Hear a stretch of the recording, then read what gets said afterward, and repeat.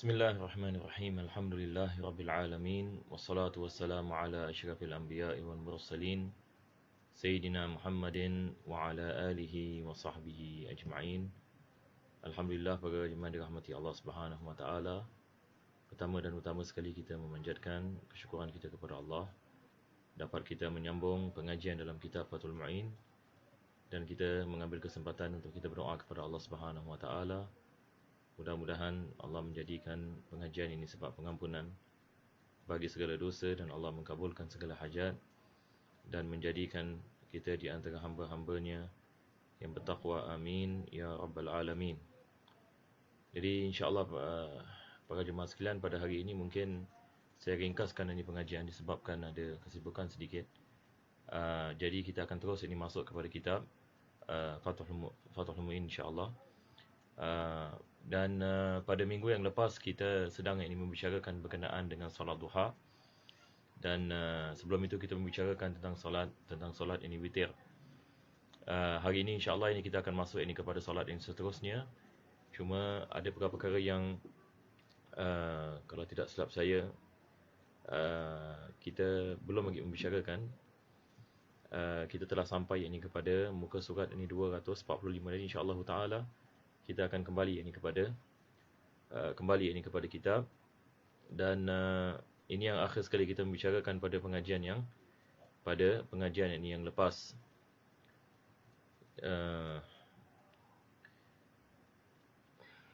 Jadi insya-Allah kita akan mulakan daripada sini. Mungkin ada sebahagian daripada yang kita telah membicarakan.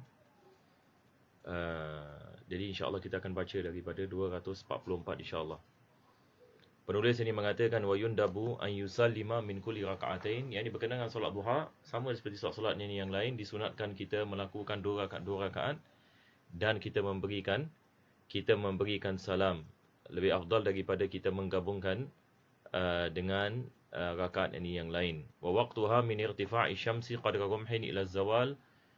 Kita juga membicarakan perkara ini berkenaan dengan waktu dibolehkan kita melakukan solat duha. Dia adalah setelah terbitnya matahari kadar ini satu tombak, dan satu tombak itu adalah kadar 4 darajah, dan tiap-tiap darajah adalah 4 minit. Maka 4 kali 4 kita mendapatkan 16 minit.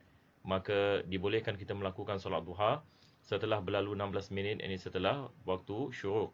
Jadi kalau sekiranya waktu syuruk itu pukul 7 pagi, maka dibolehkan kita melakukan solat duha pada waktu 7.17, yakni setelah berlalu 16 minit. Dan ila zawal, waktu zawal ini seperti mana kita mengatakan dia adalah waktu zuhur, dan dia adalah apabila tergelincirnya matahari. Sebelum itu berlaku waktu istiwa. Apabila sedikit ini bayangan wujud ini ke arah barat, maka ini sudah masuk kepada waktu zawal. Ini dalam bahasa Arab kita memanggilnya zallatish syams, seolah-olah matahari itu tergelincir. Yani matahari seolah-olah dia sudah bergerak. Tapi pada hakikatnya bukan matahari yang bergerak, pada hakikatnya bumi yang berputar, tetapi ini yang membawa makna majaz. Ia membawa makna yakni majaz. Wal ikhtiyar, yakni waktu yang afdal bagi kita untuk melakukannya adalah setelah berlalu seperempat siang. Seperempat siang dia adalah waktu sikit lebih kurang, kalau dalam waktu kita dia adalah 10.30 pagi. Ini adalah waktu yang paling afdal kita melakukan solat. Kita melakukan solat duha, dan sebahagian ulama kita membezakan di antara waktu duha dengan waktu isyraq, seperti mana akan disebutkan nanti. Li hadisin sahihin fihi, berdasarkan dengan hadis yang sahih. Ini adalah berkenaan dengan hadis berkenaan dengan unta, para sahabat radhiyallahu anhum ini meriwayatkan Nabi sallallahu alaihi wasallam apabila melakukan solat duha, apabila anak unta itu bangun daripada tempat duduknya, disebabkan kepanasan matahari, dan waktu matahari yang paling panas adalah seperempat siang.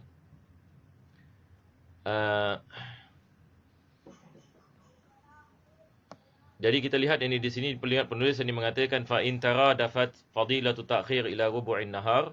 Ini saya rasa pun kita telah membicarakannya, tapi tak apa, insya-Allah kita murajaah.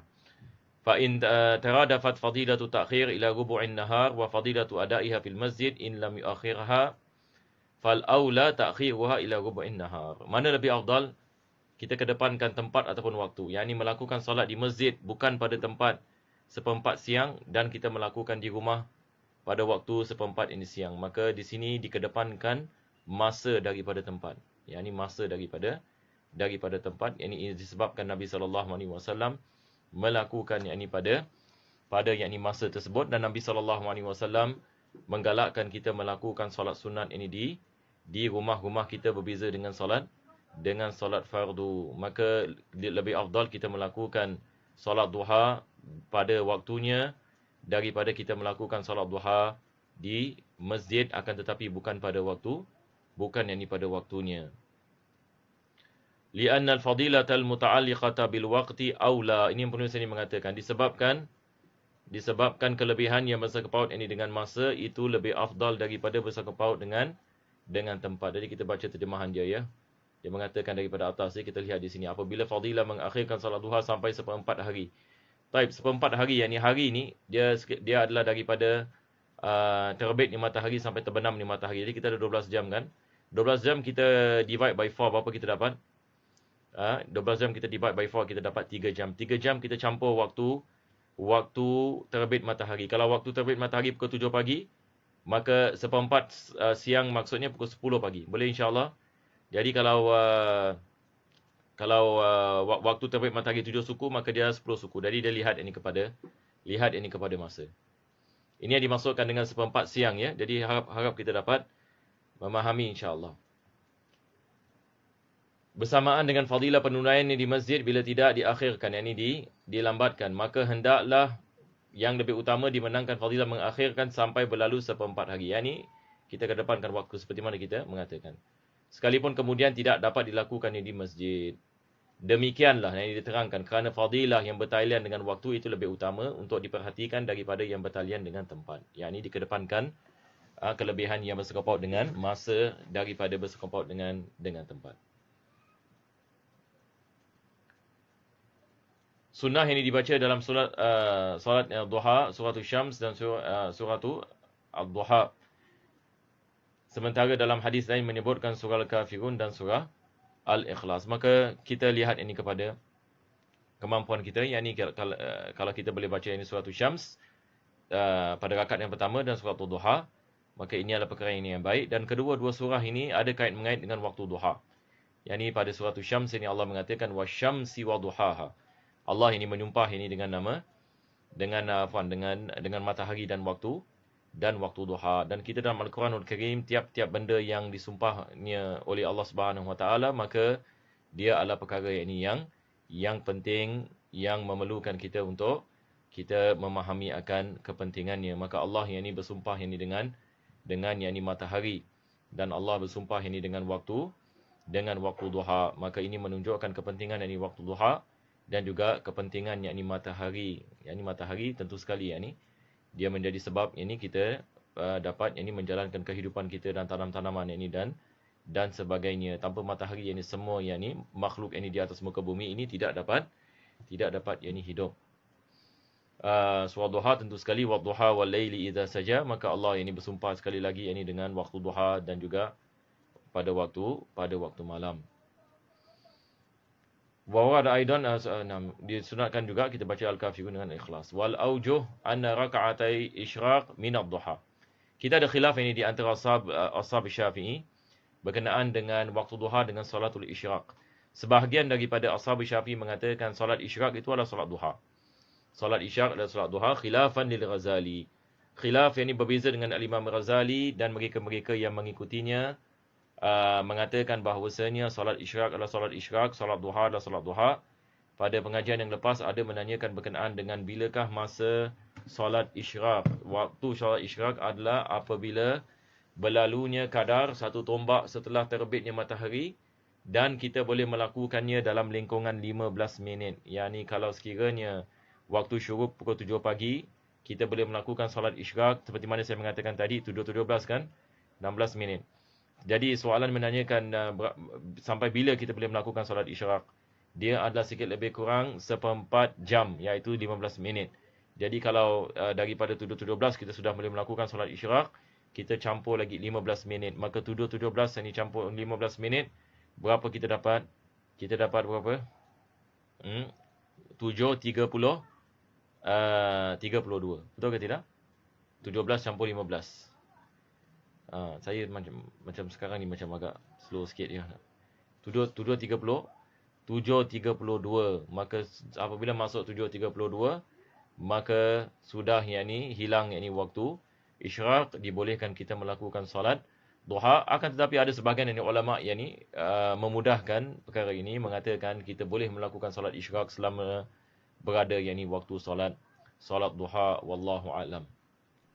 Tetapi yang paling afdal sekali adalah kita melakukannya pada awal waktu, yakni setelah terbitnya matahari, selepas habis waktu syuruk, maka terus kita melakukan solat isyraq. Sebab perkataan isyraq itu membawa makna terbitnya matahari.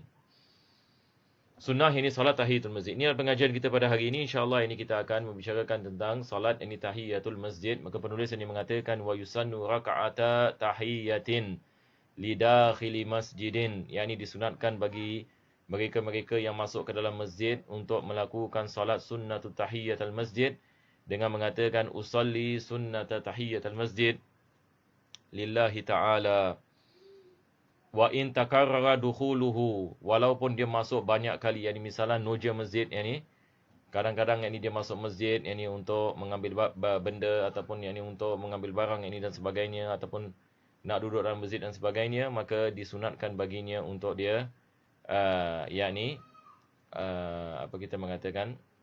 melakukan solat tahiyatul masjid.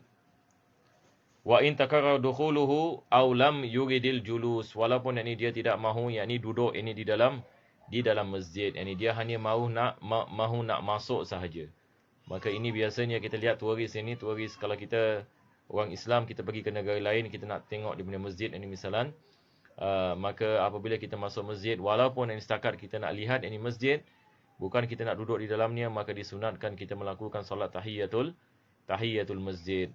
Dan sebahagian daripada guru-guru kita mengatakan daripada masalah sekarang ini, kita lihat ada orang dia turis, dia setakat nak tengok masjid tapi tidak melakukan solat sama sekali. Dia kagum dengan kecantikan masjid misalan.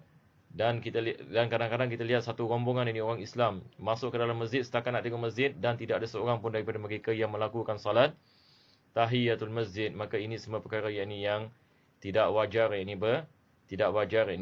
berlaku. Sebagai penghormatan kepada rumah Allah Subhanahu Wa Taala, maka kita melakukan salat tahiyatul masjid.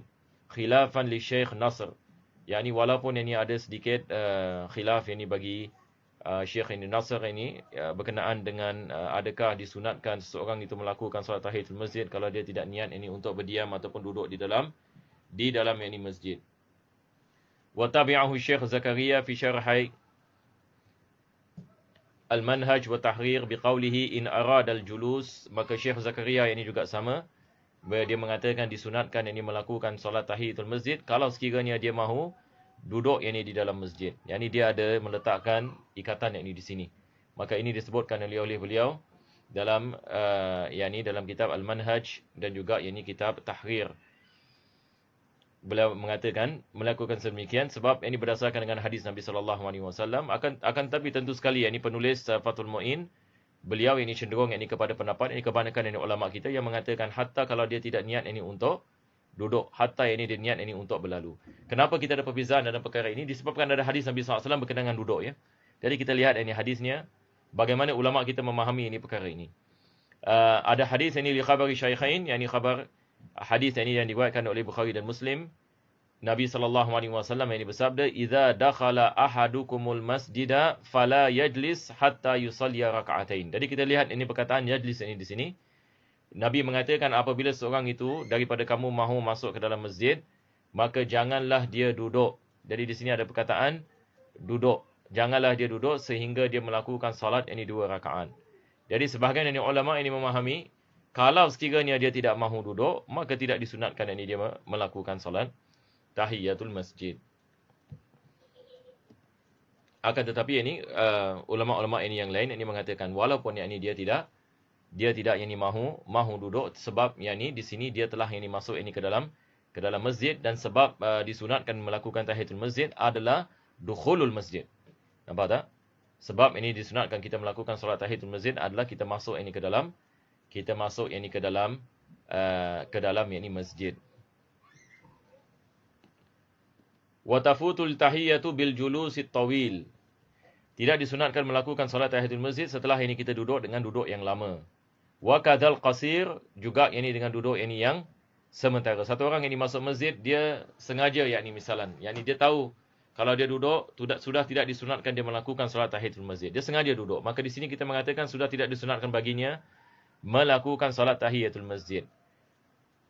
Melainkan in lam yashu au yajhal. Melainkan kalau dia tidak terlupa. Ada orang yang misalan yakni dia terlupa yakni misalan nak melakukan solat tahiyatul masjid. Dia masuk ke dalam masjid dan dia duduk, terlupa.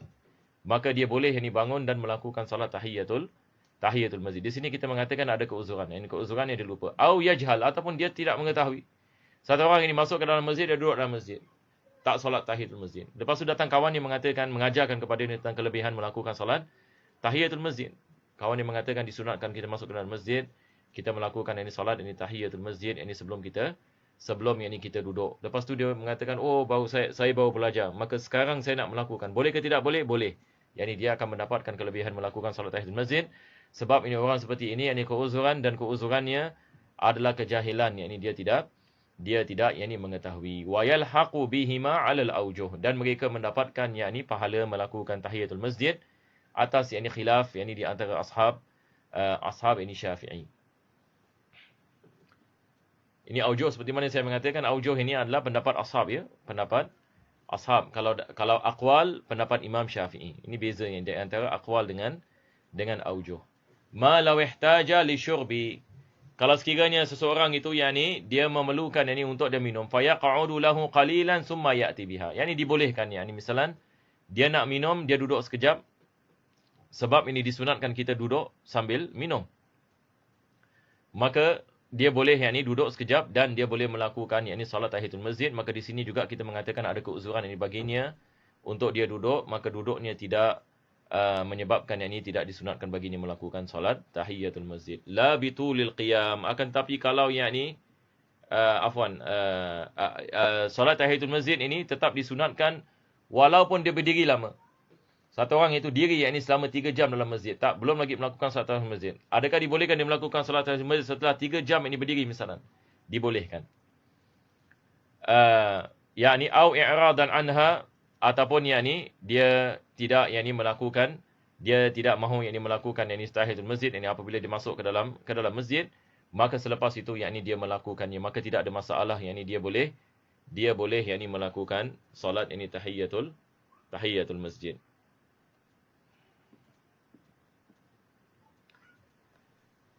Waliman ahrama biha qa'iman al-qu'udu li itmamiha, dan bagi mereka yakni yang melakukan yakni salat tahiyatul masjid yakni dalam keadaan yakni berdiri, maka dibolehkan yakni baginya duduk yakni apabila yakni dia menyempurnakan yakni salat tersebut. Sebab ini salat tahiyatul masjid dia adalah salat sunat, maka seperti mana yakni kita mengatakan salat sunat dibolehkan kita melakukannya dalam keadaan yakni duduk. Maka satu orang ini misalan yakni dia melakukan takbiratul ihram dalam keadaan yakni berdiri, dan selepas itu yakni dia duduk, maka ia tidak ada masalah. Wa kuriha tarkuha min ghairi udhrin, dan makruh kita meninggalkan tahiyatul masjid tanpa keuzuran. Yakni satu orang ini dia boleh melakukan salat tahiyatul masjid tapi dia sengaja tidak mahu yakni melakukannya, maka hukumnya adalah makruh, dan makruh di sini adalah makruh tanzih. Makruh tanzih ni maksudnya ia perkara yang tidak disukai oleh Allah, akan tetapi ia tidak ada dosa yang ini di dalamnya. Selepas itu penulis ini mengatakan pengecualian. Naam, dia mengatakan ya, yang ini ada pengecualiannya. Biasa penulis Fathul Mu'in apabila dia mengatakan naam, yakni maksudnya ada pengecualian ini dalam bab. Apa pengecualiannya? Dia mengatakan in qaruba qiyamu maktubati jumu'ah. Sekarang ini misalan satu orang yang masuk ke dalam masjid dan hampir nak dilakukan qamat yang bagi solat ini Jumaat dan solat jamaah yang lain. Maka di sini lebih afdal dia meninggalkan tahiyatul masjid. Yani misalan kita hatta solat ini Zuhur, solat Asar misalan, kita masuk masjid, Bilal baru nak azan. Kita nampak Bilal baru nak melakukan azan. Kita tahu kalau kita melakukan solat tahiyatul masjid apa jadi? Kita tidak akan mendapatkan takbir bersama imam. Maka lebih afdal kita meninggalkan tahiyatul masjid supaya kita mendapatkan takbir yang ini bersama imam. Jadi apa saja solat jamaah, sama ada solat Jumaat ataupun yakni solat yakni jamaah yakni yang lain, maka lebih afdal kita melakukan solat yakni jamaah dan kita boleh menggabungkan niat. Yakni kita niat yakni fardu zuhur dan tahiyatul masjid. Sebahagian yakni ulama mengatakan tiap-tiap solat yang mana dengannya kita melakukan dalam masjid, maka ia mengambil hukum tahiyatul masjid. Wa khashiya law ishtaghala bi tahiyyati fawata fadilatu taharrum. Yani dia takut kalau sekiranya dia melakukan solat tahiyatul masjid, maka terlepas dia mendapatkan kelebihan takbiratul ihram ini bersama imam. Jadi apa dibuat? Penulis mengatakan intazara qa'ima. Dia mengatakan yakni dia berdiri dan tunggu. Yani kalau kita masuk dalam masjid, Bilal sedang qamat. Apa kita nak buat? Jangan kita solat tahiyatul masjid. Yani kita berdiri, kita tunggu Bilal dan kita masuk ke dalam solat, maka solat kita itu digabungkan yang bersama solat tahiyatul masjid. Hatta yang ini solat qabliyah kita meninggalkan. Kalau kita mengatakan tahiyatul masjid ditinggalkan, apa lagi ini solat qabliyah. Dan solat qabliyah kita boleh melakukan selepas ini solat fardu seperti mana kita membicarakan sebelum ini. Selepas itu yang ini penulis ini mengatakan wa yusannu liman lam yatamakkan minha walau bihadatsin an yaqul. Ini kalau sekiranya dia tidak dapat melakukan solat tahiyatul masjid, penulis ini memberikan misal dia tidak ada wuduk. Yang ini penulis ini mengatakan walau bihadatsin, yakni dia dalam keadaan hadas. Dia masuk ke dalam masjid, dia tidak boleh melakukan solat. Jadi apa dia buat? An yaqula subhanallah walhamdulillah wala ilaha illallah wallahu akbar wala haula wala quwwata illa billahil aliyyil azim. Dia baca 4 kali. Maka ini adalah baqiyatus salihat yang menggantikan yakni tahiyatul masjid. Selepas itu yakni penulis ini mengatakan wa tukrahu li khatibin. Tahiyatul masjid ini makruh bagi khatib. Kenapa yakni makruh bagi khatib? Yakni khatib ini apabila masuk waktu zuhur, maka disunatkan baginya terus naik mimbar. Bukan yang dia masuk masjid solat 2 rakaat dulu baru naik mimbar. Dia terus yang naik mimbar. Maka makruh yang baginya melakukan solat tahiyatul masjid ini adalah ittiba' kepada Nabi SAW. Yakni dia masuk ke dalam masjid dan terus yakni dia naik kepada mimbar. Tidak disunatkan dia melakukan solat yakni tahiyatul masjid. Maka makruh yang baginya melakukan sedemikian. Wa tukrahu li khatibin dakhala waqtal khutbah. Yani dia masuk apabila dia masuk pada waktu yang ini menyampaikan khutbah. Wali muridi tawafin dakhala al-masjid, sama juga bila kita nak melakukan tawaf, sama ada kita melakukan tawaf haji ataupun tawaf umrah, bila kita masuk ke dalam Masjid Haram, terus kita melakukan tawaf ini, bukan kita melakukan tahiyatul masjid, sebab tawaf ini dia mengambil maqam tahiyatul masjid. Yani tahiyatul masjid haram dia adalah tawaf. Jadi bila kita masuk ke dalam masjid, maka kita terus ini melakukan tawaf. Itu yang paling afdal. La li mudarrisin, maka berbeza kalau sekiranya seseorang itu yakni dia masuk yakni ke dalam masjid dan yakni untuk untuk yakni mengajar yakni misalan. Maka ini adalah perkara yakni yang berbeza. Yakni kalau sekiranya yakni dia seorang yakni guru yakni misalan, maka dia masuk yakni ke dalam masjid dan dia ada pengajian yakni misalan, maka dia kita mengatakan dia boleh yakni meninggalkan yakni misalan tahiyatul masjid, dia melakukan yakni solat yakni tahiyatul masjid disebabkan yakni dia mahu yakni menjalankan yakni pengajian yang di dalam masjid. Maka ini adalah perkara yakni yang berbeza dengan apa yang disebutkan oleh penulis dalam mendapatkan takbiratul ihram ini bersama imam. Seperti tadi kita mengatakan disunatkan dia meninggalkan tahiyatul masjid. Begitu juga disunatkan bagi khatib meninggalkan tahiyatul masjid. Begitu juga disunatkan bagi orang yang nak melakukan tawaf ini tinggalkan tahiyatul masjid. Tetapi tidak disunatkan ini bagi orang yang masuk ke dalam masjid ini untuk mengajar, untuk meninggalkan tahiyatul masjid.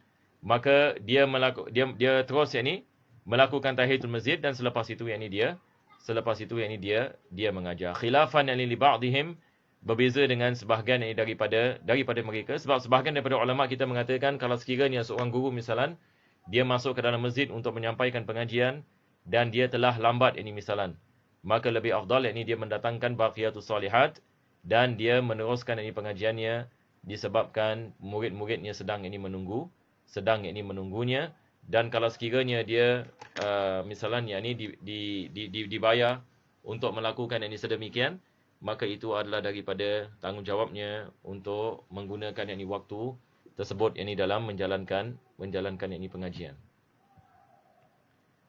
Selepas itu yakni penulis membicarakan yakni tentang salat yakni istikharah. Jadi kita dah habis ini alhamdulillah berkenaan dengan salat yakni tahiyatul masjid.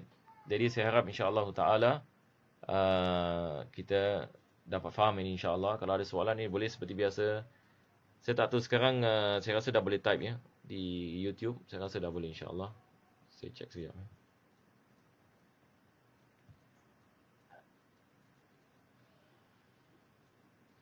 Saya rasa boleh type ya.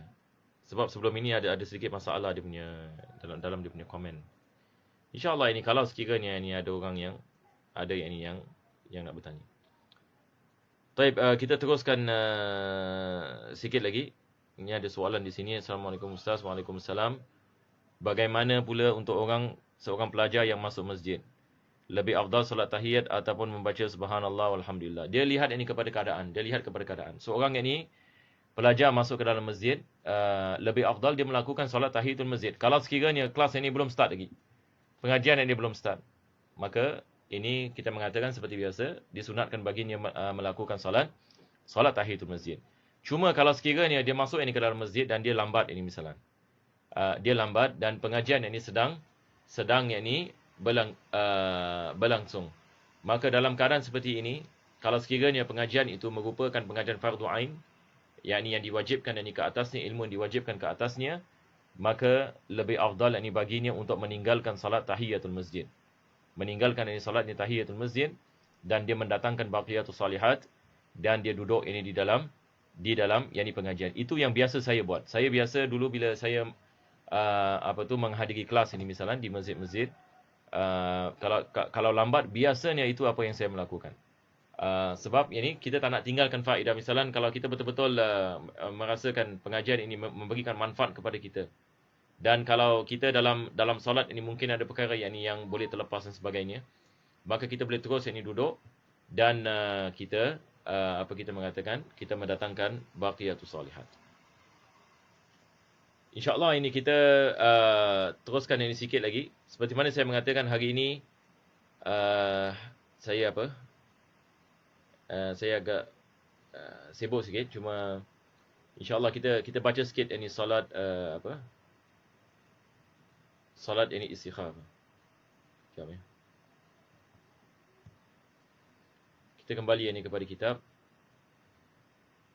Jadi nampaknya dia punya pada hari ini dia punya scan pun sampai sini dah.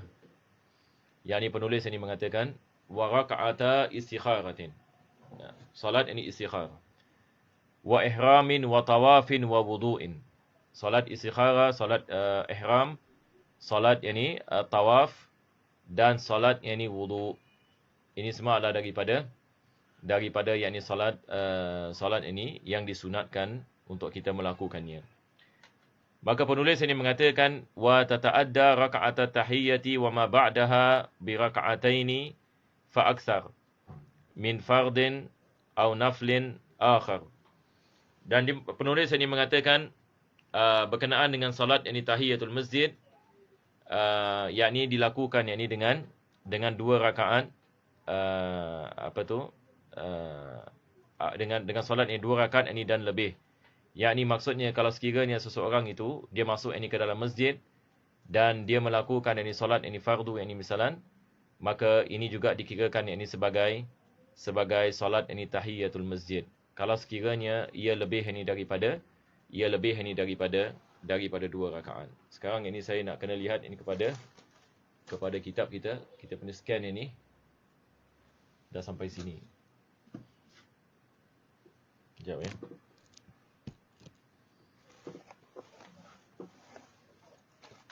Masya-Allah.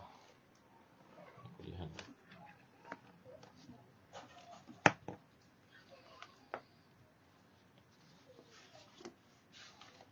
Selepas itu yang penulis ini mengatakan,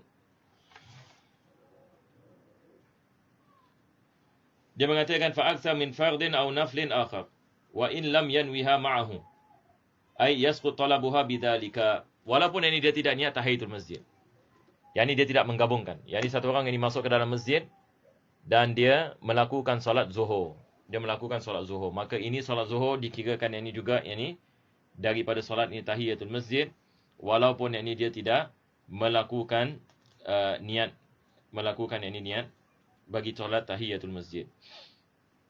Wa amma husulu sawabiha fal wajhu tawaqqufuhu ala niyyah. Tapi penulis ini mengatakan tapi untuk mendapatkan yakni pahala tahiyatul masjid, maka diperlukan kita melakukan niat. Maka di sini ada dua perkara kita kena faham ya. Kita mengatakan bila kita melakukan solat, bila kita masuk masjid dan kita melakukan solat, apa sahaja jenis ini solat, maka itu dikirakan sebagai solat tahiyatul masjid. Akan tetapi penulis ini mengatakan dia tidak mendapatkan pahalanya selagi mana dia melakukan niat solat ini tahiyatul masjid. Akan tetapi dia punya apa kita mengatakan perkara yang bersangkut ini dengan kesunahannya sudah terlepas daripadanya, yakni dia sudah melakukan solat, maka itu sudah dikirakan sebagai tahiyatul masjid.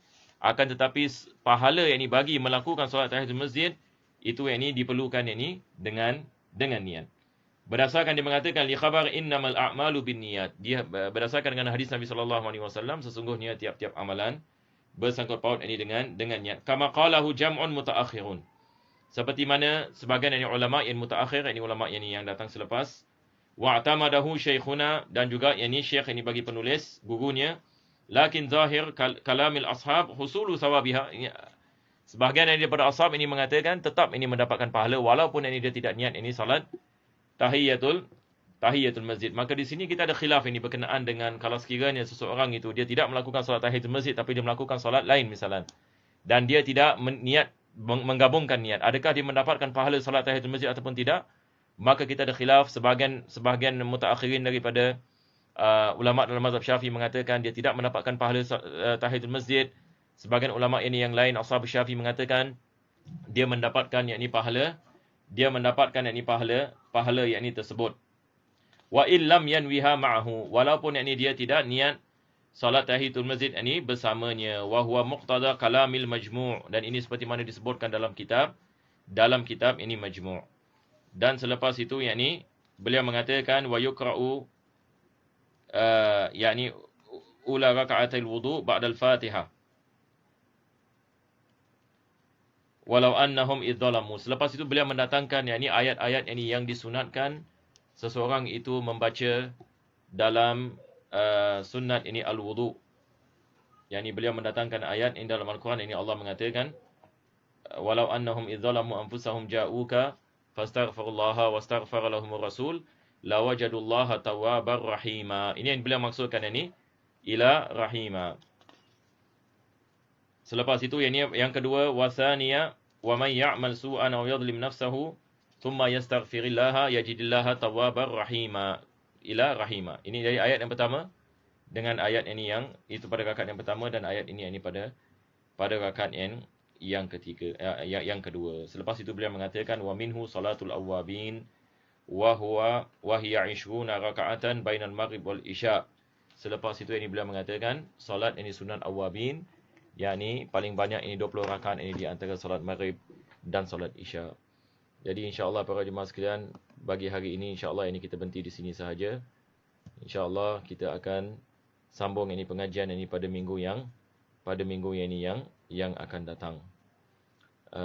Insya-Allah kalau tidak ada soalan, kita akan berhenti di sini dengan kita membaca doa. Bismillahirrahmanirrahim. Rabbana zalamna anfusana wa illam taghfir lana wa tarhamna lanakunanna minal khasirin. Rabbana hab lana min azwajina wa dhurriyyatina qurrata a'yunin waj'alna lil muttaqina imama. Rabbana atina fid dunya hasanah wa fil akhirati hasanah wa qina adzabannar. Sallallahu ala sayyidina Muhammadin wa ala alihi washabbihi wasallam. Walhamdulillahi rabbil alamin. Taqabbalallahu minkum. سلامان تمان على سيدنا محمد الذي تنحل به العقد وتنفرج به الكرب وتقضى